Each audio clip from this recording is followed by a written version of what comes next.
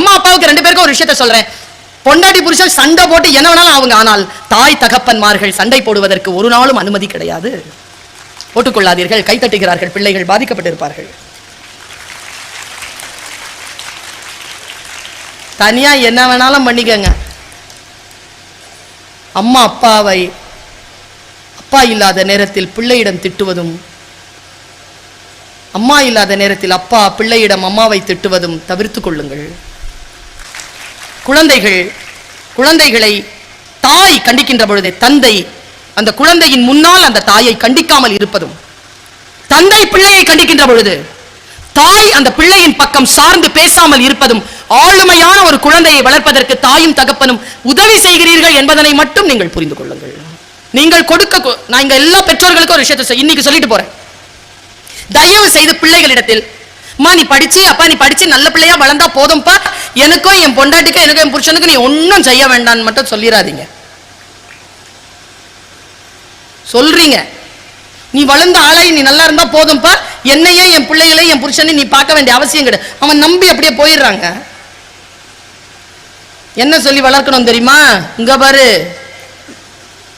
வாழ்க்கை அடமானம் வச்சு உன்னை பெத்து எடுத்து வளர்த்து ஆளாக்கி விட்டுருக்கிறேன், சாவர வரைக்கும் இந்த குடும்பத்தை நீ தான் பார்த்துக்கணும்னு சொல்லி வளருங்கள். உங்கள் பொறுப்பு அது. தயவு செய்து இந்த 2 வார்த்தையை மட்டும் சொல்லிடாதீங்க. டேய் விளையாடாதரா, டேய் நடிக்காதரா சொல்லாதீங்க. ஏன்னா இந்த 2 டிபார்ட்மெண்ட் தான் நிறைய சம்பாதிச்சிட்டு இருக்கு.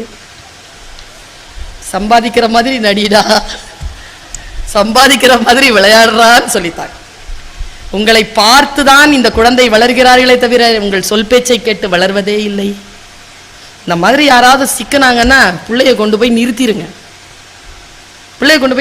அங்க நீங்கள் செய்ய வேண்டிய பணியை அவர்கள் செய்து கொள்வார்கள். நம்ம அம்மா அப்பா கேட்டிருக்காங்க இது வரைக்கும். நான் பசியோட படுத்திருக்கிறேங்க, நான் 3 வேளை சாப்பிடாம. எங்க அம்மா கூப்பிடவே இல்லைங்க என்ன. அப்புறமா 4வது தடவை பசிக்குது. அப்புறமா யோசிக்கிற, மானமா உயிராடா எதுடா பெருசுன்னு. உயிரோட இருந்தாதான் மானத்தை பத்தி பேச முடியும்னு சொல்லிட்டு நேரா போய் தட்டுல சோறு போட்டு அம்மாவுக்கு முதுகு காட்டி சாப்பிட்டவனா. ஆனா இன்னைக்கு அப்படி இல்லையே. பிள்ளைகள் கொஞ்சம் கூட வாட விட மாட்டேன் என்கிறீர்களே. உங்களுக்கு சொல்லுகிறேன், எந்த குழந்தையை நீங்கள் நோ சொல்லி வளர்க்கிறீர்களோ அந்த குழந்தை தவறான முடிவை வாழ்க்கை நோ என்று சொல்லும் பொழுது எடுக்காது. நோ சொல்லி வளர்த்து பாருங்க. முடியாதுரா அம்மா, இது இன்னைக்கு வேணாம், அடுத்த மாசம் பார்க்கலாம், தள்ளி போடுங்க. உடனே செஞ்சு கொடுக்காதீங்க. நமக்கு கிடைச்சுதா உடனே ஒரு குழம்பு கேட்டாலும் 1 வாரம் கழிச்சு தான் கிடைக்கும் அந்த குழம்பு. அப்படித்தானே? உடனே கிடைச்சிருமா? இரு ஞாயிற்றுக்கிழமை வரட்டும் வறுத்து தரேன், அப்படித்தானே சொல்லுவாங்க. உடனே வருது நமக்கு கையில. வெயிட்ட தூக்க விடுங்க கொஞ்சம். என்னடா அதுங்க பாக்குது, இது வரைக்கும் நமக்காக பேசிட்டு இருந்துச்சு இந்த அம்மா, அப்படியே டெட் அகேன்ஸ்டா நமக்கு. நான் நிஜமா சொல்றேன் பாருங்க, குழந்தைகளை கொஞ்சம் வெயிட்ட தூக்க விடுங்க. வெயிட்ட தூக்க விடுறீங்களா? தூக்குதுங்களா அதுங்க? எந்த குழந்தை வெயிட் தூக்குதோ, தாய் தகப்பன் கையில் இருந்து வெயிட்டை தன் கைக்கு மாத்திக்குதோ, அந்த குழந்தை பெற்றோர்கள் முதிர அவர்களை பார்த்துக் கொள்வார்கள். இது ஒரு ட்ரைனிங். எந்த குழந்தை வெயிட் தூக்கிறவே படாதுன்னு நீங்க தூக்கிட்டு போறீங்களோ, நீங்க போற அளவுக்கு அவங்கள நீங்க தான் பார்த்துக்கணும். அடிபட்டுருச்சா? எனக்கு தெரிஞ்சு ஒருத்தருங்க, சத்தியம் இது, அண்ணா யூனிவர்சிட்டியில எம்எஸ்சி படிக்கிற பையன். அவங்க அம்மா காலையிலேருந்து நோய்வாய்ப்பட்டிருக்காங்க. அவங்க அம்மா 4 வாட்டி சொல்லியிருக்காங்க டாக்டருக்கு ஃபோன் பண்ணுடான்னு. சொல்லவே இல்லைங்க. அவன் என்னமோ எழுதிட்டு இருந்திருக்கான், காலேஜ் புறப்பட்டு போயிட்டான். அவங்க அப்பாவுக்கு அவங்க அம்மா எழுந்திரிச்சு ஃபோன் பண்ணுறதுக்கே 5 மணி நேரம் ஆயிருக்கு. அவங்க அப்பா ஓடி வந்து அந்த பொண்ணை, அந்த ஒய்ஃபை வந்து ரெஸ்கியூ பண்ணியிருக்காங்க. ரெஸ்கியூ பண்ணிட்டு டாக்டர் கிட்ட போனா, இன்னும் 1 மணி நேரம் கழிச்சு வந்துருந்தீங்கன்னா உங்க மனைவியை பார்த்துருக்க முடியாதுன்னு சொன்னாங்க. அந்த தகப்பன் என்ன செஞ்சார் தெரியுமா? தன் பையனுடைய படிப்பை நிறுத்திட்டாருங்க. அவ்வளோ பெரிய தண்டனை கொடுத்துருக்க வேண்டாம் அப்படின்னு நீங்க நினைக்கிறீங்களா? கிடையாது. கல்வி என்பது என்ன தெரியுமா? தன் பெற்றோர்களையும் இந்த சமூகத்தையும் பார்த்து கொள்ளுகின்ற பொறுப்புக்கு பேர் தாங்க கல்வி. சுயநலமாக பிள்ளைகளை வளர்ப்பதற்கு பெயர் கல்வி அல்ல. என் தாயையும் தகப்பனையும் நான் பார்த்துக் கொள்வேன்னு சொல்றதுக்கு பேர் தாங்க நல்ல பிள்ளை. நம்ம சுயநலமா வளர்த்து விட்டுருக்கோம். அன்றைக்கு சொன்னார், ஒரு ஒரு மிகப்பெரிய ஆபீசர் சொன்னார், தமிழ்நாட்டின் முதன்மையான ஆபீசர் எனக்கு சொன்னார், முதல்ல எல்லாம் வந்து யாராவது ஒருத்தங்க தான் கெட்டவங்களா இருப்பாங்க, இப்ப தனி மனிதர்கள் எல்லாம் கெட்டவங்களா ஆயிட்டாங்கன்னு. ஏன்?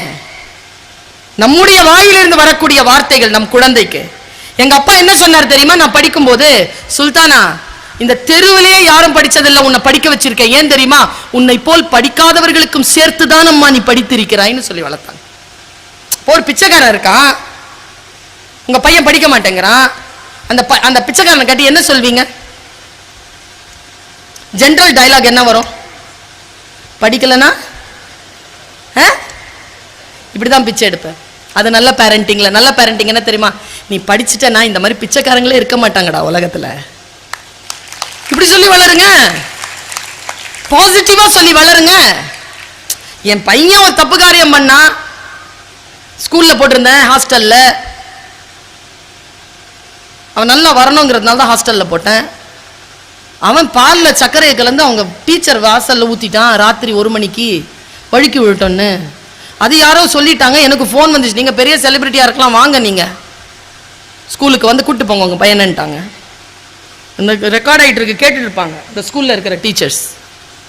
நான் போய் நடுங்கி போய் நிற்கிறேன். நான் வெங்காய பச்சடி, பிஹெச்டி, தயிர் பச்சடிலாம் படிச்சிருக்கிறேன்.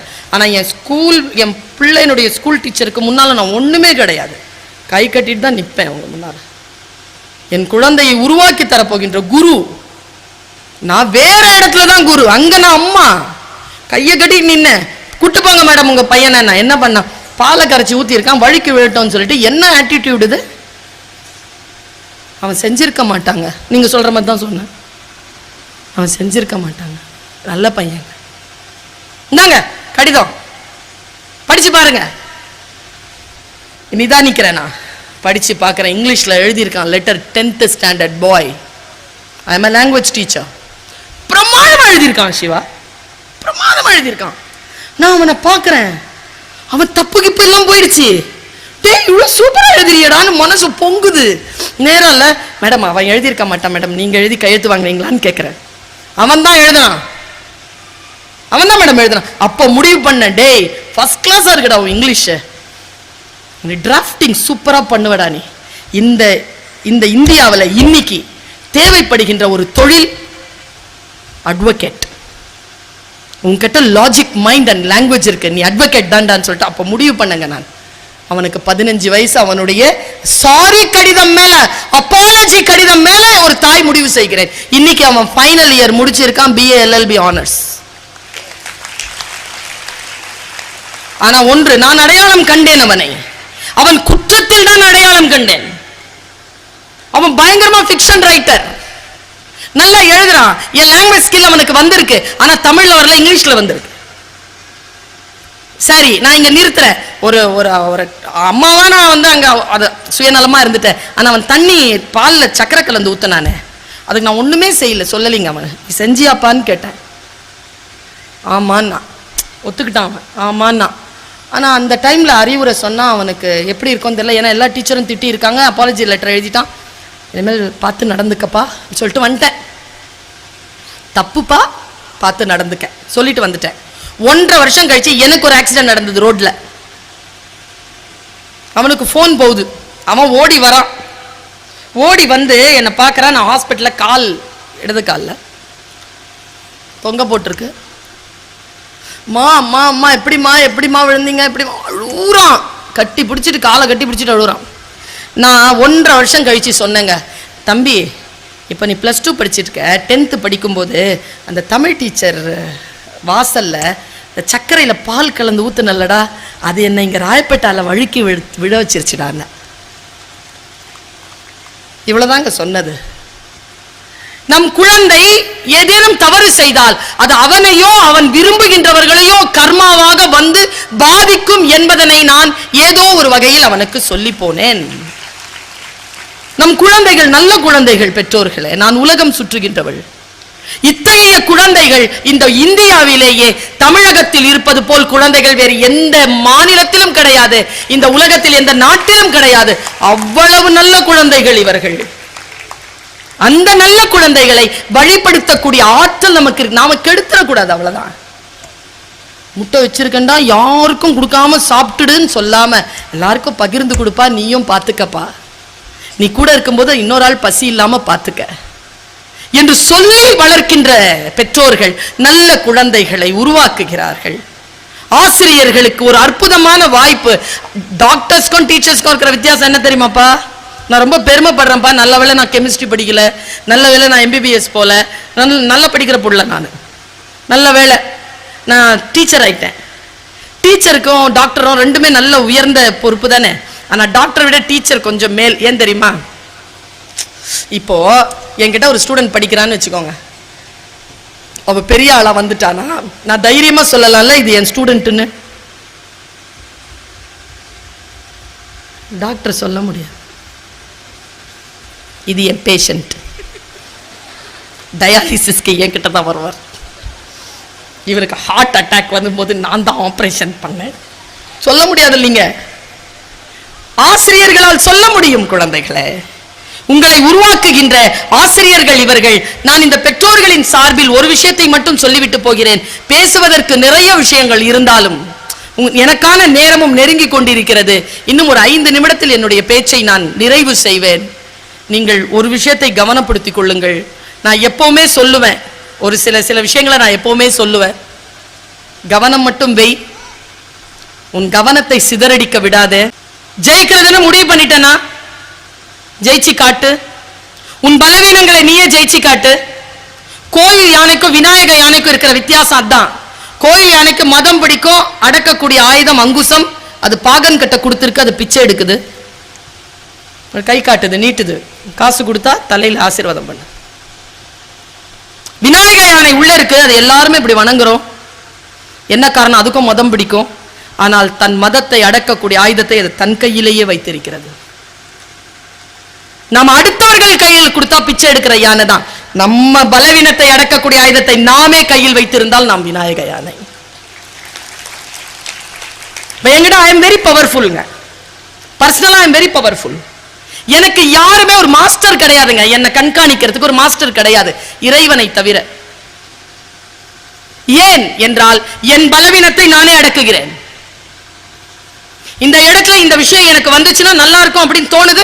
ஆனா அந்த நல்லா இருக்குங்கிறது என் வாழ்க்கைக்கு சரியில்லை என்ற பொழுது அந்த நல்லா இருக்குங்கிறத நான் நோ சொல்றேன். பல விஷயங்களுக்கு நான் நோ சொல்கிறேன். இப்ப இருக்கிற ஒரு பிரச்சனை, இப்போ ஸ்பாட் ஒரே விஷயம்தான், அது கல்விதான். நான் இதை பல இடங்கள்ல சொல்லி இருக்கிறதுனால சொல்றேன். எனக்கு பாம்பு ரொம்ப பிடிக்குங்க. பார்க்க ஒரு நாள் நாங்க அமெரிக்கா போறோம், சாண்டியாகோ. என்னை எங்க கூட்டிட்டு போறேன்னு சொன்னாங்க. நான் சொன்னேன் ஜூக்கு போலாங்கன்னு. என் பேச்சை கவனிங்க, இது உங்களுடைய வாழ்க்கையில் சில மாற்றங்களை ஏற்படுத்தலாம். என் வாழ்க்கையில மாற்றத்தை ஏற்படுத்தி இருக்கு. போனேன், எல்லாருமே எல்லாம் பார்த்து முடிச்சிட்டோம். ஸ்னேக் பார்க்னு இருந்தது. அமெரிக்காவில் ஸ்னேக் பார்க் பார்க்கணும்னு சொல்லி நான் படிச்சிருக்கேன். டிக்கெட் எவ்வளோன்னு கேட்டால் $15 நாங்க. அப்போ 75 ரூபாய் இன்ட்டு 15 போட்டு பாருங்க, 1500 ரூபாய்க்கு மேலே வருது. அந்த இவர் இருக்கிறார்ல ஆர்கனைசர், அவர்கிட்ட சொன்னேன் எனக்கு வாங்கி கொடுங்க, நான் கேஷ் உங்களுக்கு கொடுத்துட்றேன்னா. அவருக்கு கொஞ்சம் கஷ்டமாயிடுச்சு. இல்லை மேடம் நானே வாங்கிது. ஆனால் அவர் என்னை டிமோட்டிவேட் பண்ணுறாரு. போக வேண்டாம் மேடம், அங்கே நிறைய பாம்பு இருக்கும் மேடம். ஓ, அதை பார்க்க தான் ஏன் போகிறேன். இல்லை மேடம், அது எப்படி உங்களுக்கு சொல்கிறதுன்னு தெரியல, 3 கிலோமீட்டர் மேடம், அது உள்ள பயமாக இருக்கும் மேடம். பயமாக இருக்கும்னா வேண்டாம் மேடம். நான் ஒரு வார்த்தை சொன்னேன், நீங்கள் கூட வருவீங்கல்லன்னு கேட்டேன். எனக்கு பிரச்சனை இல்லை மேடம், நான் வரேன். அப்புறம் 2 டிக்கெட் வாங்குங்கண்ணே. சரின்னா அவர் டிக்கெட் வாங்கிட்டு ஒரு டிக்கெட்டை கையில், உங்கள் டிக்கெட் நான் என்கிட்ட இருக்கு மேடம்னாரு. சரி போங்க மேடம் முன்னாலண்ணா. ஒருத்தர் போனால் கதவு மூடிடுதுங்க. உள்ள என்ட்ரி ஆனவுடன் கதவு மூடிடுது, பெரிய பிளாக் டோர் மூடிடுது. நீங்கள் போங்க மேடம்னாரு ஃபர்ஸ்ட் என்ன. நான் உள்ளே போன பாருங்க, கதவு மூடிடுச்சு. அந்த வரவே இல்லைங்க, தனியாக விட்டாங்க என்ன. நான் உள்ள எப்படி சொல்றது போறேன்னா, திடீர்னு ஒரு சின்ன பாதை, குழந்தைகளை பாதை, அந்த பாதை அவன் சொல்றான், சவுண்டு பயங்கர சவுண்ட், மற்றதெல்லாம் இருட்டு. இந்த மாதிரி லைட் இருக்கு, என் பாதை மட்டும் தெரியுது, இங்கெல்லாம் இருட்டு. Now you have entered the venomous world. விஷமான உலகத்திற்குள் நீ இப்பொழுது நுழைந்து விட்டாய்ன்னு இங்கிலீஷ்ல சொல்றான். அந்த வாய்ஸ் வேற பயமா இருக்கு. You hold your hand in the rest side, now your pram will move. துக்குன்னு ஆரம்பிச்சது பாருங்க. நான் நின்னுட்டு இருந்த இடம் நடக்குது. Please don't move, don't try to walk. துக்குன்னு ஆரம்பிச்சதுல என் பாதையில இருக்கிற லைட் ஆஃப் ஆகி பக்கத்துல லைட் ஆன் ஆச்சு பாருங்க. எல்லாம் பாம்புங்க. அந்த பாம்புகளுக்கு கூண்டே இல்லை. என் காலில் இருந்து அரை அடிக்கு இந்த பக்கம் இருக்குது பாம்பு. இப்படி போயிட்டு இருக்கு என்னுடைய பிராம். Fear not. If you move, it will come near to you. Don't move. அசஞ்சா கிட்ட வந்துரும், அசையாம நில்லுங்கிறான். எனக்கு முன்னாலேயும் ஒன்றும் தெரியல, பின்னாலேயும் ஒன்றும் தெரியல, வெறும் பாம்பா தெரியுது. அனகோண்டால இருந்து தொடங்குது. இந்த கலர்ஸ் இருக்குல்ல, இந்த பூக்கள் எல்லா கலர்லயும் இருக்குது பாம்பு. எம்மா இவ்வளோ பாம்பை நான் கேட்கலையே. நான் தான் அரூமி படிச்சிருக்கேன், நீ எதை தேடிக்கொண்டிருக்கிறாயோ அது உன்னை தேடுகிறதுன்னு. பாம்பை தானே பார்க்கணும்னு சொன்ன, இந்தா பாரு. இந்த பெரிய பாம்பு கூட்டத்தை பின்னி கிடக்குதுப்பா. உடம்பெல்லாம் பயத்துல நடுங்கிட்டு வர நானு. சவுண்டு வேற. All venomous snakes. It is from Australia. You are now passing through the Argentina snake. I think this is the most venomous snake under the sky. அவன் சொல்றான், எது கொத்துனா எவ்வளோ தூரத்துக்கு உயிரோட இருப்ப, எவ்வளோ நிமிஷம் உயிரோட இருப்ப, எவ்வளோ நிமிஷம் உனக்கு எல்லாம் என்னென்ன பார்த்தெல்லாம் வீணா போகணும்னு சொல்றான். முதல்ல லிவர் அடிக்கும், அப்புறம் கிட்னி அடிக்கும், அப்புறம் மூளை அடிக்கும்லாம் சொல்றான். பயத்தில் போய்கிட்டே நீங்க போங்க, சாண்டியாகோக்கு போங்க, நான் சொல்றது உண்மையா இல்லையான்னு பாருங்க. போயிட்டு முடிஞ்சுதா 3 கிலோமீட்டர் முடிச்ச உடனே எப்பான்னு முடிஞ்சிருச்சுடா அப்படின்ன உடனே டக்குன்னு நின்னுச்சு பாருங்க. பார்த்தா நான் மட்டும்தான் வந்திருக்கேங்க. பின்னாலேயே யாரும் இல்லை தம்பி. முன்னால அங்க இருக்குதுங்க ஒரு கூட்டம். முடிச்சிருச்சு. எப்பான்னு வேர்த்து விறுவிறுத்து எனக்கு கண்டிப்பா எனக்கு ஒரு மனசுல என்னன்னா, இதுக்கு காத்துல விஷம் பரவி இருக்குமோ உடம்புல. நேரா போய் பார்க்கிறேன். என் மனசுக்கு பாடம் பாருங்க. இதை ஏன் இன்னைக்கு நான் சொல்றேங்கிற உண்மை இப்போ தெரியும் உங்களுக்கு. பெரிய ஒரு கண்ணாடி கூண்டு, பெருசு. அதுல மேல எழுதி இருக்குங்க, கிங் கோப்ரா. இதுவரைக்கும் நான் பார்த்த ஆயிரக்கணக்கான பாம்புகள் ஒண்ணுமே கிடையாது, அதுதான் கிங். எனக்கு கிங் அப்படிங்கிற வார்த்தை ரொம்ப பிடிக்கும், குயின் அப்படிங்கிற வார்த்தை பிடிக்கும் எனக்கு. கிங் எவ்வளவு தெரியும்? 18 அடி இருக்குங்க. எனக்கு கொடுப்பேன் அன்னைக்கு சுத்தி இப்படி மேல உட்காந்து இப்படி ஒரு ராஜ தரிசனம் கொடுத்துட்டு இருக்கு. இப்படிங்க இவ்வளோ தடிசுங்க இப்படி இருக்கு. இப்படி அதுவும் அமெரிக்கால அங்க ஜூல வச்சிருக்க ஒத்தையா நிக்குதுங்க. இப்படி பாக்குறேன்னா பின்னால ஸ்க்ரோலிங் போகுது. இது முட்டையிட்டு குஞ்சு பொரிக்கும், இது நெஸ்ட் கட்டும். நெஸ்ட் கட்டுதுங்க. அது இன்னொரு வார்த்தை சொன்னா பாருங்க, இந்த பெரிய பாம்புக்கு இருக்கிற விஷம் தான் குட்டி பாம்புக்கும். 2 விஷமும் வேற இல்ல. குட்டின்றதுனால நம்ப முடியாது நீங்க, அதே விஷம் தான். அப்புறமா ஸ்க்ரோலிங் கடைசியா போட்டான் பாருங்க, நீங்கள் கடந்து வந்த எல்லா பாம்புகளும் தான் இதற்கு உணவு. இது எல்லாத்தையும் தின்னு தான் அப்படி இருக்குது. அது பாம்பை தான் சாப்பிடுமா, அது வேற எதுவும் சாப்பிடாதான். எம்மா என்னடா மெசேஜ் இதுன்னு பார்த்துட்டு சரி பாய் வணக்கம் சொல்லிட்டு அந்த பக்கம் போறேன். மெசேஜ் குட்டியா ஒரு கண்ணாடி கூண்டு. இங்க கூட அவ்வளவு பேர் இல்லைங்க. இந்த லைட் கிட்ட கூட அவ்வளவு பேர் இல்லை. அங்க ஒரு 50 பேர் நிக்கிறான். இத்தனோண்டுங்க ஒரு பாம்பு, மெலிசா இருக்குங்க, கருப்பா இருக்கு. இதாவது இப்படி அழகா அப்படி இப்படி இப்படி பார்த்துட்டு இருக்கா. அது அப்படி இல்லை, ஒரு இடத்துல நிக்கல, அந்த பக்கம் இந்த பக்கம் இந்த பக்கம் அந்த பக்கம் அந்த பக்கம் ஓடிக்கிட்டே இருக்குது. இதுக்கு 2000 ஸ்க்ரோலிங் போகுது. அதுக்கு ஒரே ஒரு ஸ்க்ரோலிங் தான், பெருசா ரெட் லைட்ல எரிஞ்சிட்டு இருக்கு. அது பேரு கீழே ஒரே ஸ்க்ரோலிங் மாறி மாறி அதுவே வருது. இப்படி போகுது வருது, இப்படி பாக்குது. எந்த கிரவுட் புல்லருங்க. இப்ப பர்வீன் சுல்தான், நான் பேச வரேன், நான் வந்துடுறீங்கல்ல, கிரவுடு வரீங்கல்ல, 8 மணி ஆச்சா? உட்காந்துருக்கீங்கல்ல, க்ரௌட் புல்லருங்க. அது என்னதான் பேசு இந்த அம்மா பாப்பமேன்னு சொல்லி அது அப்படியே பார்த்துட்டு இருந்துச்சா, அது அப்படியே பார்த்தேங்க நான். அவ்வளோ போட்டோஸ் அதுக்கு துணியா இருக்கு, ஒரு இடத்துல தங்களை ஓடிக்கிட்டே இருக்கு. ஒரு ஸ்க்ரோலிங்ல என்ன தெரியுமா போட்டிருந்தது? நான் நினைச்சேன் எல்லா பாம்பையும் கீழே விட்டல, நீ ராஜநாகத்தை அங்க போட்ட. ஏன்னா அது பாம்பை தின்ற பாம்பு. பிளாக் மாம்பா என்னன்னா ராஜநாகத்தை கொல்லும் பாம்பு. Black mamba. நான் ஒன்னு சொல்றேன் குழந்தைகளே, இந்த உலகம் கிங் கோப்ராவாக வந்து நின்று உன்னை மிரட்டும். அதனுடைய ஆகிருதி, அதனுடைய வெற்றி, அதனுடைய மிகப்பெரிய சாதனைகள் எல்லாம் முன்னால வந்து நின்னாலும் அந்த ராஜநாகத்தை தின்னு தீர்க்கிற பிளாக் மாம்பாவா வா. அதுதான் நம்முடைய வாழ்க்கையில் மிக மிக முக்கியமான ஒன்று. எதையும் பார்த்து வியக்காதே, எதையும் பார்த்து பிரமிக்காதே. இவர்கள் எல்லாம் சாதிக்கிறார்கள் என்றால் நம்மால் முடியாதா? யாராலும் முடியவில்லை என்பதனை தானே நான் சாதித்திருக்கிறேன். நானே செய்யும் பொழுது நீ செய்ய மாட்டாயா என்ன? எனக்கு ஒரு ஆசை உன்னை சந்திக்கிறதுல, இவங்களை சந்திக்கிறதுல இல்லை எனக்கு ஆசை, உன்னை சந்திக்கிறதுல ஆசை. ஏன் தெரியுமா? ஒரு 10 வருஷத்துக்கு அப்புறம் நான் உன்னை இன்னைக்கு நான் ஏர்போர்ட்ல ஒரு பொண்ணை சந்திச்சேன். அந்த பொண்ணு தன் பேரை சொல்லி சொன்னா, மேடம் அன்னைக்கு என்னை கூப்பிட்டு என் ஸ்கூல்ல என்னை கூப்பிட்டு உன் உச்சரிப்பு நல்லா இருக்குன்னு பாராட்டினீங்க. நான் இன்னைக்கு சன் டிவியில நியூஸ் வாசிக்கிறேன் மேடம். ஜெயிச்சிட்டால, அந்த உச்சரிப்பை கரெக்டா கொண்டு போய் அங்க நிறுத்தி இருக்கால. உன்னை நான் இன்னும் 10 வருஷத்துல எங்கேயோ ஒரு இடத்துல சந்திப்பேன் குழந்தைகளை.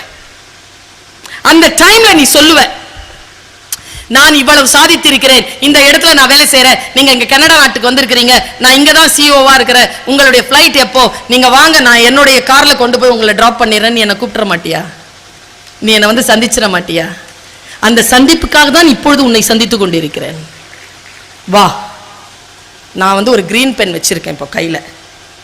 இன்னும் 5 வருஷத்துல அந்த கிரீன் பென்னுக்கான அதிகாரம் கூடும். நான் வேலை செஞ்சிட்டு இருக்கிறேன் அதுக்கு. அங்க ஒரு கிரீன் பென் இருக்கு, அதிகாரம் கூடின கிரீன் பென். அங்க ஒரு ஃபைல் இருக்கு. உனக்கு நான் 10 வருஷம் டைம் தரேன். 10 வருஷம் டைம்ல அந்த பென் என்கிட்ட இருந்து நீ ஃபைல் எடுத்துட்டு உள்ள கேபின் தட்டி என்ன பார்க்க வர போறியா? இல்ல நான் ஃபைலை வச்சுக்கிட்டு கதவு தட்டி உள்ள வரும்போது அந்த பெண்ணோட நீ அங்க சேர்ல உட்கார்ந்துருக்க போறியா? எது நடக்க போகுதுன்னு தெரியல. நீ படிச்சுட்டு தான் இருக்கிற, நானும் முன்னேறிக்கிட்டு தான் இருக்கிறேன். ஆனா என்னை விட உனக்கு வாய்ப்பு அதிகம். ஆசிரியை இல்லையா, நான் டீச்சர் இல்லையா, அம்மா இல்லையா? அதனால சொல்றேன், வா, கிரீன் பென் உன்கிட்ட இருக்கட்டும், நான் ஃபைல் கொண்டு உள்ள வரேன், நீ அந்த ஃபைல்ல கையெழுத்து போடு. அவ்வளவு உயர்ந்து வா. அந்த உயர்ந்து வருவதற்கு ஒரே ஒரு வாய்ப்பு என்ன என்றால், இப்பொழுது உனக்கு அளிக்கப்பட்டிருக்கக்கூடிய இந்த கல்வி என்கின்ற வாய்ப்பை மட்டும் கைவிட்டு விடாதே. ஒழுக்கமாக இரு. இந்த வயதில் சில விஷயத்துக்கு நோ சொல். உன் உடம்போ உன் மனசோ கேட்கிற விஷயத்தை முறித்து போடு. உன் வாழ்க்கையின் ஒரே இலக்கு +2ல மிக அதிகப்படியான மதிப்பெண்கள் எடுத்து மிகப்பெரிய ஆளுமையாக வா. மிகப்பெரிய ஆளுமையாக வா. அப்படி மிகப்பெரிய ஆளுமையாக நீ வந்து இங்க இந்த டயஸை ஷேர் பண்ணும்பொழுது இறையழு இருந்தால் நானும் அந்த இடத்தில் உன்னோடு உட்கார்ந்து அதே டயஸை ஷேர் பண்ற அளவிற்கு வாழ்க்கை வாய்ப்புகளை தரும். மறுபடியும் சொல்கிறேன், என்னாலே முடிகிறது என்றால் உன்னால் முடியாதா என்று சொல்லுவதற்குத்தான் உன்னை நான் தேடி வந்தேன். வா, சிறகு விரித்து பறப்பும் அந்த வான வெளியில். மிகப்பெரிய வெளி இருக்கு குழந்தைகளை. நிலம்னு ஒண்ணு இருக்கு, வானம்னு இருக்கு. நாம எப்படி இருக்கணும் தெரியுமா? நிலமா இருந்தா யார் வேணாலும் வந்து விதைச்சிட்டு போயிடலாம். வானமா இரு, ரீச் பண்றது கஷ்டம். வா, அந்த உயரத்தில் நான் நிற்க வேண்டும். அந்த நான் நிற்கக்கூடிய அந்த உயரத்தில் நானும் நீயும் சரிசமமாகவோ அல்லது நான் அன்னார்ந்து பார்க்கக்கூடிய நிலையிலோ நீ இருக்க வேண்டும் என்கின்ற என்னுடைய இறை வேட்கையை சொல்லி உங்கள் அத்துணை பேருக்கும் வாழ்த்துக்களை சொல்லி நிறைவு செய்கிறேன். நன்றி.